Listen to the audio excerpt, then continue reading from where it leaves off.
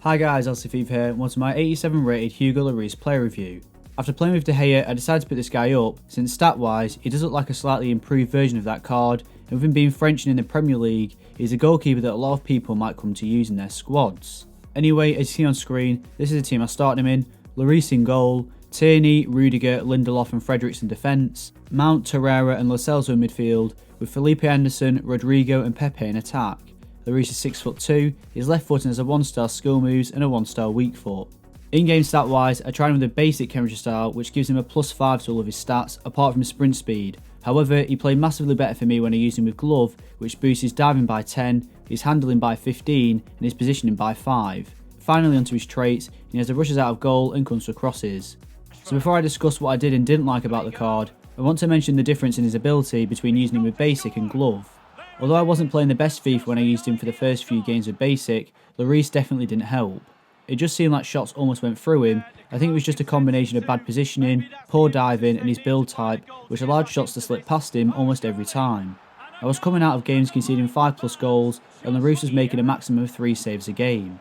However, when I tried him with glove, he started to perform a lot closer to what you'd expect from one of the top rated keepers in the Premier League. So I'd heavily advise trying glove on him if you feel he isn't performing like he should, as it might just fix him for you. This review is based on his performance with glove applied rather than the basic, as with basic I'd just tell everyone to stay clear and go for another keeper. His diving was where I saw the biggest difference, as he just started to make decent saves against powerful shots.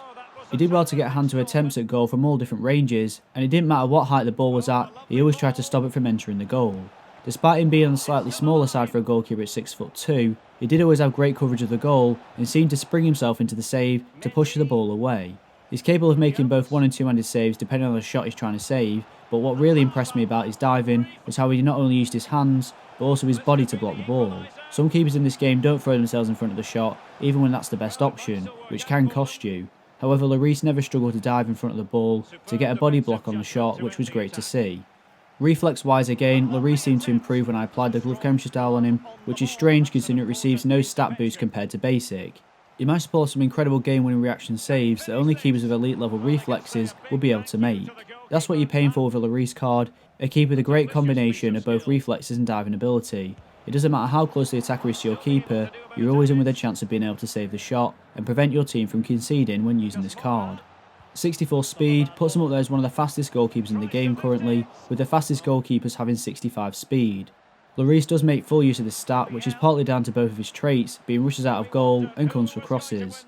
This allows him to come out and collect the ball more regularly, which reduces the amount of shots available for your opponent. Some keepers rarely choose to come out as they don't have enough speed to reach the ball before the attacker. However, if given the chance, Lloris always came out of his line, removing any sort of building danger and turning possession over for your team. Tied into this, he was great at dealing with crosses and corners, again because of his comes for crosses trait and speed.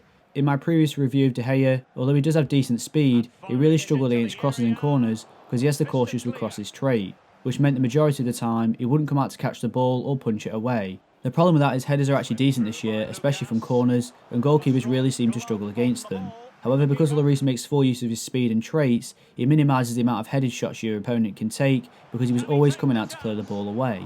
Distribution wise, his card wasn't anything special. He can kick the ball past the halfway line, which is good, but it does seem to hang in the air a little bit longer than other goalkeepers, which does make it harder to start up a successful quick counter attack.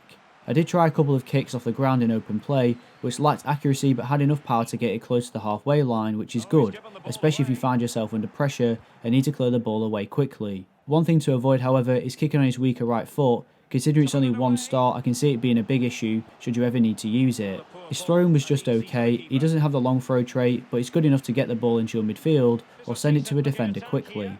Now onto the negatives, with the first one being the main issue I found with him, his positioning. Although it was massively improved when using glove, there was still the odd occasion where he just took a terrible angle when trying to face the attacker or when setting up for a dive. It does feel like some of the time his diving and reflex ability does bail him out of what's otherwise not the best position for him as a goalkeeper. You can see him shuffling about constantly trying to be in the best position, like he doesn't know where to put himself. And sometimes when he comes out, the angle he takes the attacker leaves space to the side of him for them to slot the ball past him. The next issue was his handling, which wasn't the best as you might expect. He did manage to catch some shots if he didn't require him to move much from his starting position, but other than that, most of the time he pushed it out wide. I guess there is a positive to this, from the fact he didn't cause me too many rebound goals, despite rarely catching the ball.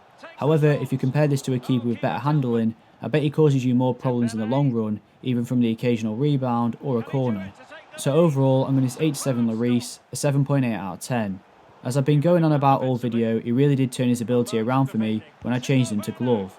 However, I'd say he isn't the safest option in the Premier League between the posts, despite his ability to make great diving and reflex saves. Thanks for watching. If you enjoyed the video, please leave a like and don't forget to subscribe. And if you request any future content, then please leave a comment in the comment section below, and I'll be sure to reply.